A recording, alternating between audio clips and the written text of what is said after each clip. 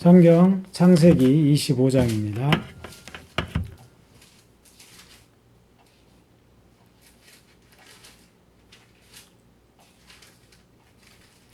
창세기 25장을 함께 봉독합니다. 아브라함이 후처를 맞이하였으니 그의 이름은 그두라라. 그가 시므란과 욕산과 무단과 미디안과 이스박과 수아를 낳고 욕산은 스바와 드단을 낳았으며 드단의 자손은 아스르 족속과 르드시 족속과 르음미 족속이며 미디안의 아들은 에바와 에벨과 하녹과 아비다와 엘다아이니 다 그두라의 자손이었더라. 아브라함이 이삭에게 자기의 모든 소유를 주었고 자기 서자들에게도 재산을 주어 자기 생전에 그들로 하여금 자기 아들 이삭을 떠나 동방 곧 동쪽 땅으로 가게 하였더라. 아브라함의 향년이 175세라. 그의 나이가 높고 늙어서 기운이 다하여 죽어 자기 열조에게로 돌아가매 그의 아들들은 이삭과 이스마엘이 그를 만물의 앞 해쪽 속 소알의 아들 에브론의 밭에 있는 막벨라 굴에 장사하였으니 이것은 아브라함이 해쪽 속에게서 산 밭이라. 아브라함과 그의 아내 사라가 거기에 장사되니라. 아브라함이 죽은 후에 하나님이 그의 아들 이삭에게 복을 주셨고 이삭은 부엘레 헤로이 근처에 거주하였더라. 사라의 여종 애굽인 하갈이 아브라함에게 낳은 아들 이스마엘의 족보는 이러하고 이스마엘의 아들들의 이름은 그 이름과 그 세대대로 이와 같으니라. 이스마엘의 장자는 느바요시요 그 다음은 게달과 앗부엘과 밉삼과 미스마와 두마와 마사와 하닷과 데마와 여들과 나비스와 게드마니 이들은 이스마엘의 아들들이요 그 촌과 부락대로 된 이름이며 그 족속대로는 12 지도자들이었더라.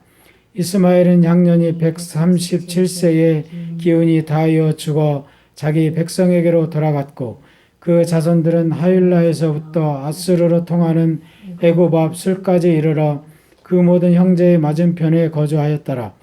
아브라함의 아들 이삭의 족보는 이러하니라.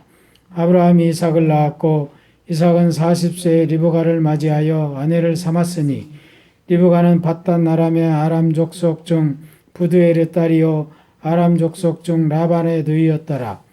이삭이 그의 아내가 임신하지 못하므로 그를 위하여 여호와께 간구하매 여호와께서 그의 간구를 들으셨으므로 그의 아내 리브가가 임신하였더니 그 아들들이 그의 태 속에서 서로 싸우는지라. 그가 이르되 이럴 경우에는 내가 어찌할꼬 하고 가서 여호와께 묻자온대 여호와께서 그에게 이르시되 두 국민이 내 태중에 있구나. 두 민족이 내 복중에서부터 나누이리라. 이 족속이 저 족속보다 강하겠고 큰 자가 어린 자를 섬기리라 하셨더라.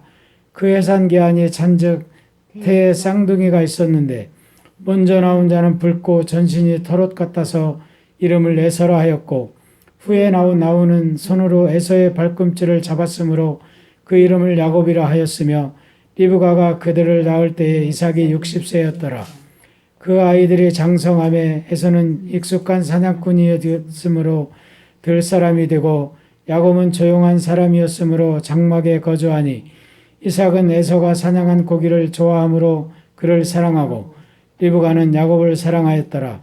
야곱이 죽을 쑤었더니 에서가 들에서 돌아와서 심히 피곤하여 야곱에게 이르되 내가 피곤하니 그 붉은 것을 내가 먹게 하라 한지라. 그러므로 에서의 별명은 에돔이더라. 야곱이 이르되 형의 장자의 명분을 오늘 내게 팔라. 에서가 이르되 내가 죽게 되었으니 이 장자의 명분이 내게 유익이 무익하리요. 야곱이 이르되 오늘 내게 맹세하라. 에서가 맹세하고 장자의 명분을 야곱에게 판지라. 야곱이 떡과 팥죽을 에서에게 주매 에서가 먹으며 마시고 일어나 갔으니 에서가 장자의 명분을 가볍게 여김이었더라. 아멘. 오늘은 창세기 25장을 함께 공부합니다. 아내 사라가 죽은 후에 또 다른 아내를 아브라함은 맞이했습니다. 그 여인이 그두라였습니다. 그두라라는 이름은 향기 또 유향 이런 뜻을 가지고 있는 게 그두라의 이름에 표현되어지는 그 뜻입니다. 오늘 창세기 25장은 아브라함이 후처로 맞이한 그 그두라의 자손들을 소개합니다. 그리고 아브라함이 자신의 소유 중에서 모든 것을 이삭에게 주고 또 자신이 또 그두라를 통해서 낳은 6명의 아들들이 있습니다. 그 아들들은 시므란과 욕산과 무단과 미디안과 이스박과 수아라는 아들을 그두라를 통해서 얻었는데, 이 아들들을 아브라함은 이삭을 떠나서 다른 곳에 가서 살게 합니다. 오늘 성경은 6절에서 자기 서자들에게도 재산을 주어 자기 생전에 그들로 하여금 자기 아들 이삭을 떠나 동방 곧 동쪽 땅으로 가게 했다라고 말합니다. 아브라함은 이처럼 이삭에게 자신의 그 모든 재산을 주면서 또한 그드라를 통해 낳은 그 아들들에게도 일부를 재산을 주면서 이삭에게서 떠나서 다른 지역, 곧 이삭이 있는 곳에서 동쪽 땅에 가서 살도록 그렇게 조치하는 것을 볼 수 있습니다. 이어서 아브라함은 그가 죽음을 맞이하는 것을 볼 수 있어요. 아브라함이 175세에 죽어서 자신의 아내인 사라가 묻힌 그 굴에, 막벨라 굴에 함께 묻히게 되었고, 이어서 기록되어지는 말씀은 사라의 여종 하갈이 낳은 그 이스마엘의 아들들의 후손들이, 아들들이 기록되어져 있습니다.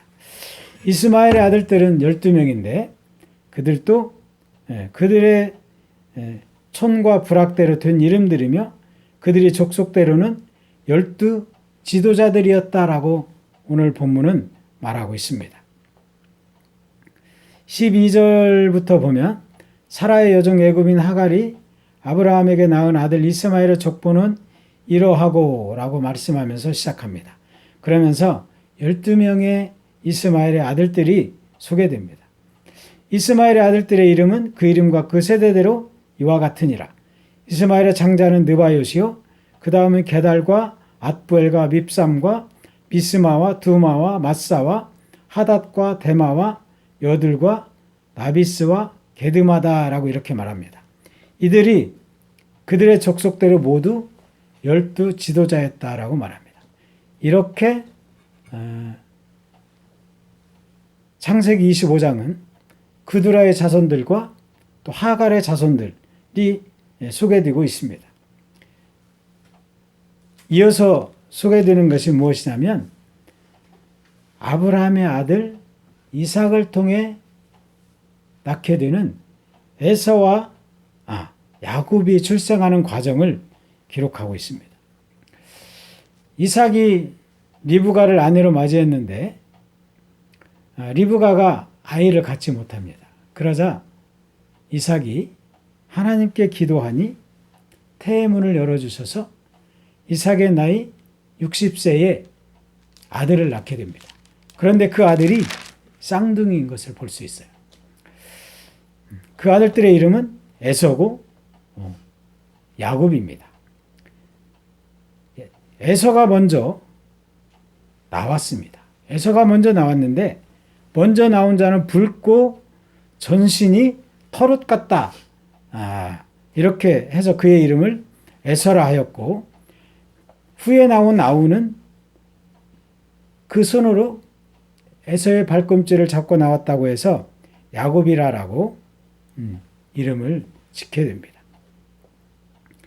이어서 에서와 야곱이 성장하면서 에서는 사냥꾼이 되었고 야곱은 어떻게 집에 있는 들에서 그는 농사 짓는 그런 아들이 됩니다.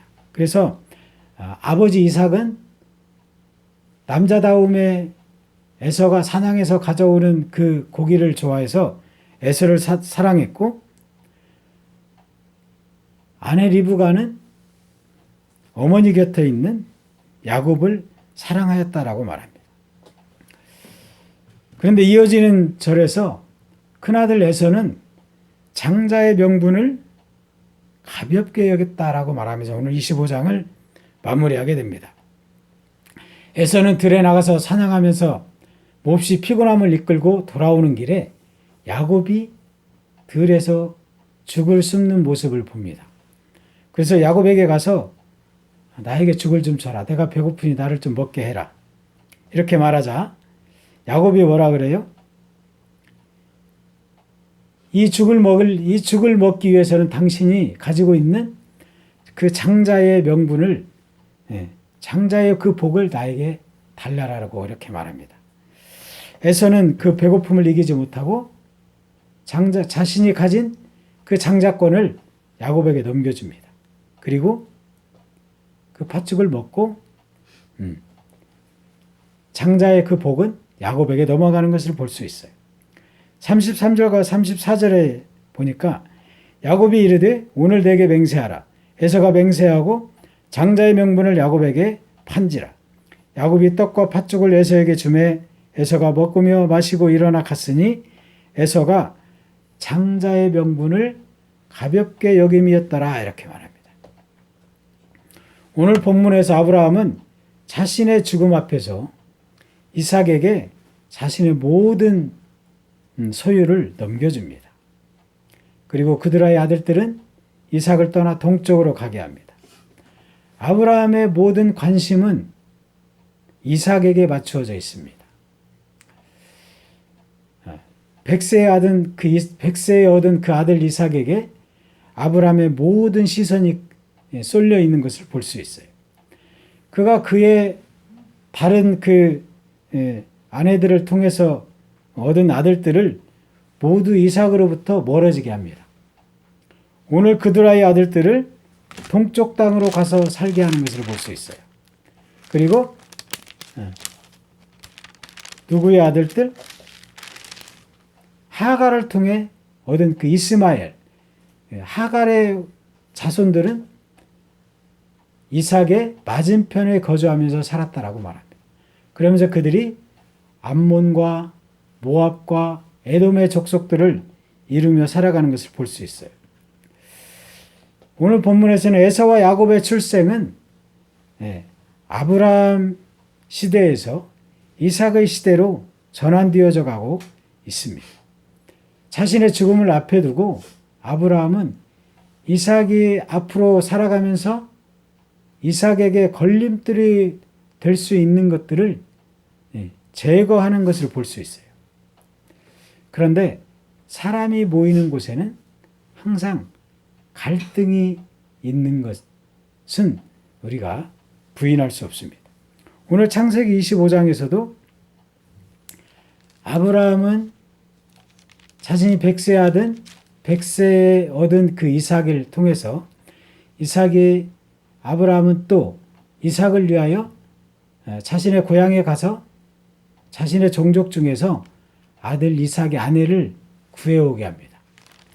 그리고 그 아내를 맞은 그 이삭이 아들을 낳게 되는데 에서와 야곱을 낳습니다.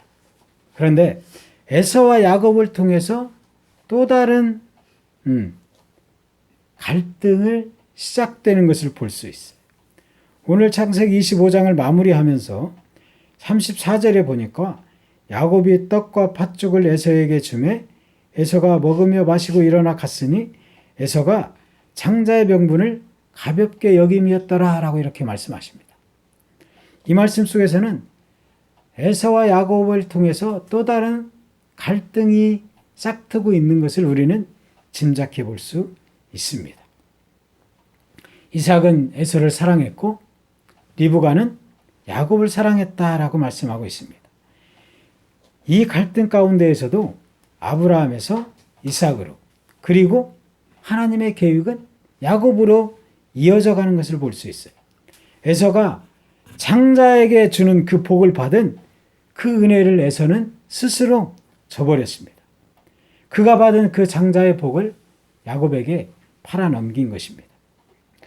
마태복음 19장 30절에서는 먼저 된 자가 나중되고 나중된 자가 먼저 된다라고 말씀하고 있습니다. 하나님은 오늘 아브라함이 이삭의 앞에 놓여질 그 걸림돌들을 제거하듯이 하나님은 우리 한 사람 한 사람을 바라보고 계십니다.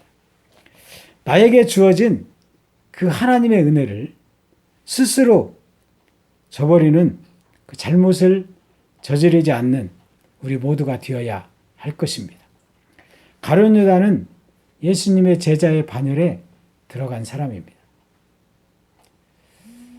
예수님의 12명의 제자 가운데 가룟 유다가 포함되어져 있었습니다. 그런데 그는 어느 한 사건으로 인해서 예수님을 배반하게 되는 그런 사건이 있습니다. 마태복음 26장에 보면 예수님께서 베다니 시몬의 집에 찾아갑니다. 그런데 그곳에서 일어난 사건이 있습니다. 한 여인이 어떻게 성경은 매우 귀한 향유 한 옥합을 가지고 예수님을 찾아온 여인이 있었다라고 말합니다. 그 여인은 그가 가져온 매우 귀한 향유 한 옥합을 예수님의 머리에 붓습니다. 마태복음 26장 16절에서 그가 그때부터 예수를 넘겨줄 기회를 찾았다라고 말합니다. 이 한 여인이 그가 가져온 그 비싼 향유를 예수님의 머리에 붓자 제자들은 제자들은 그 여인을 나무랍니다. 그 비싼 향유를 왜 붓냐? 허비하느냐? 그 향유를 팔아서 가난한 자들에게 나누어 주었으면 더 좋았을 뻔했다. 이렇게 말하죠. 그래서 예수님께서 뭐라 그럽니까? 이 여인을 나무라지 마라. 이 여인은 나의 장례를 미리 준비한 여인이다. 그러면서 가난한 사람들은 너희들과 함께 있지만 나는 그렇지 않다라고 이렇게 말합니다. 이 사건 이후로 가룟 유다는 예수님을 넘겨줄 기회를 찾았다라고 말합니다. 이 말씀에 대해서 누가복음에서는 이렇게 표현합니다. 누가복음 22장 3절에서는 12 중에 하나는 가룟이라 하는 사람이 유다에게 사단이 들어가니 이렇게 말합니다. 가룟 유다에게 사단이 들어가서 예수님을 팔려고 하는 마음이 그에게 생겼다라고 말하는 것이죠. 가룟 유다는 이 사건을 통해서 예수님을 팔게 되고 은 30냥에 예수님을 팔아버리는 그 잘못을 그는 저지르게 되고 스스로 그는 자신에게 주어진 그 예수의 제자됨의 복과 또 구원의 문에 들어가는 그 복을 저버린 자가 되었던 것입니다.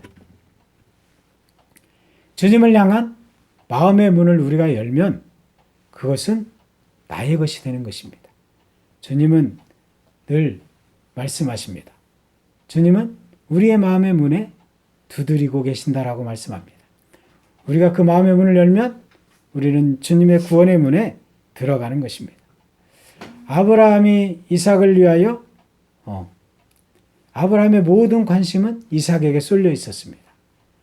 하나님의 시선은 우리를 향해 있습니다. 하나님의 시선은 나를 향해 있습니다. 여러분 한 사람 한 사람을 향해 바라보고 계시는 것입니다. 그래서 예수가 이 땅에 오신 것입니다. 하나님이 나를 주목하고 계시고 하나님의 마음이 나를 향하여 있기 때문에 우리를 죄에서 죽도록 놔두지 않기 위해서 예수님을 이 땅에 보내주셨습니다. 이삭은 아브라함이 죽은 이후로 부엘라 헤로이 근처에 한동안 거주해서 살게 되었습니다. 오늘 25장 11절에 보니까 아브라함이 죽은 후에 하나님의 그의 아들 이삭에게 복을 주셨고 이삭은 부엘라 헤로이 근처에 거주하였더라라고 말합니다. 부엘라 헤로이라는 곳은 그 뜻은 살아계셔서 나를 감찰하시는 분의 우물이다 라는 뜻을 가지고 있습니다. 부엘라 헤로이라는 곳에 이런 우리는 성경을 통해서 자주 접하게 됩니다. 이 부엘라 헤로이라는 곳은 창세기 16장에 보면 하갈은 사실 사라의 몸종이었어요. 그런데 사라가 아이를 갖지 못하자 사라는 그 하갈을 아브라함에게 줍니다. 그래서 하갈이 아브라함의 아이를 잉태하게 되죠. 아브라함의 아이를 임신하자 그가 사라를 무시합니다. 그리고 사라를 구박하는 것이죠. 주객이 바뀐 거지. 그러자 사라가 아브라함에게 말하여 하갈을 쫓아내게 합니다. 하갈이 쫓겨나서 하나님의 사자를 만난 곳이 부엘라 헤로이 지역입니다. 그래서 이 우물을 하갈의 우물이라고 표현하는 것이죠. 그리고 부엘라 헤로이지는 이삭이 아내 리브가를 맞이한 곳이 어디? 부엘라 헤로이입니다. 그래서 아브라함이 죽은 후에 이삭은 부엘라 헤로이에 한동안 거주하게 됩니다. 창세기 16장 14절에 보니까 그러므로 이 셈을 부엘라 헤로이라 불렀으며 그것은 가데스와 베렛 사이에 있더라라고 말합니다. 하갈이 아브라함으로부터 쫓겨나서 부엘라 헤로이 그 우물샘 곁에서 하나님의 사자를 만났는데 그 부엘라 헤로이는 가데스와 베렛 사이에 있더라. 근데 성경은 그 샘을 부엘라 헤로이라 불렀더라라고만 기록할 수도 있는데 그것은 가데스와 베렛 사이에 있다라고 말합니다. 가데스는 어떤 곳입니까? 가데스와 베렛은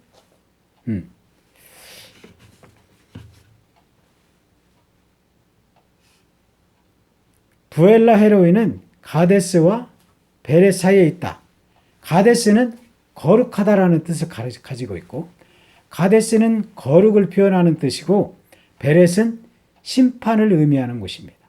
그래서 가데스와 베렛 사이에 있다라는 것은 우리의 삶은 늘 어디에? 거룩함과 심판의 그 두 가지를 항상 우리의 마음에 가지고 살아가고 있는 사람의 마음을 또한 표현하는 것이라고 표현할 수 있습니다. 우리를 향하신 하나님의 시선은 한순간도 우리를 놓지 않으십니다. 아브라함이 이삭의 앞길에 걸림돌을 제거했듯이 하나님은 우리를 그의 눈동자와 같이 지키십니다. 우리를 지키시기 위하여 예수 그리스도를 이 땅에 보내주신 것이죠. 신명기 32장 10절에서 모세는 이스라엘 백성들에게 설교하면서 여호와께서 그를 황무지에서 짐승이 부르짖는 광야에서 만나시고 호위하시며 보호하시며 자기의 눈동자같이 지키셨다라고 말씀합니다. 이스라엘 백성들이 광야에서 사는 동안 하나님은 그들을 하나님의 눈동자와 같이 지키시는 분이십니다. 오늘 우리를 하나님은 하나님의 눈동자와 같이 우리를 지키십니다. 그러기 위하여 하나님의 아들이신 예수 그리스도를 이 땅에 보내셨고 예수는 우리를 구원하시기 위하여 십자가도 마다하지 아니하시고 그 모든 그 고난과 순환을 감당하셨습니다. 그러며 오늘 내가 있고 그러며 오늘 우리가 하나님을 예배하며 예수의 그 발자취를 우리가 따라가면서 믿음을 지켜나가는 자들이 다 되어야 할 것입니다. 오늘 하나님의 은혜 가운데 예수 그리스도의 구원의 문에 우리가 들어선 우리는 그 구원을 끝까지 지켜나가는 자들이 되어야 하겠습니다. 스스로 가룟 유다와 같이 그에게 주어진 그 복을 저버리는 자가 되지 아니하고 또 에서와 같이 장자에게 주어진 그 복을 스스로 어떻게 가볍게 여김으로 그것을 저버리는 자가 되지 아니하고 우리를 구원하신 그 예수 그리스도를 온전히 나의 구원자로 나의 하나님으로 그 구원의 문에 들어간 그 은혜의 강을 온전히 헤엄치며 나아가면서 끝까지 구원을 이루어가는 저와 여러분 되기를 주님의 이름으로 축복합니다.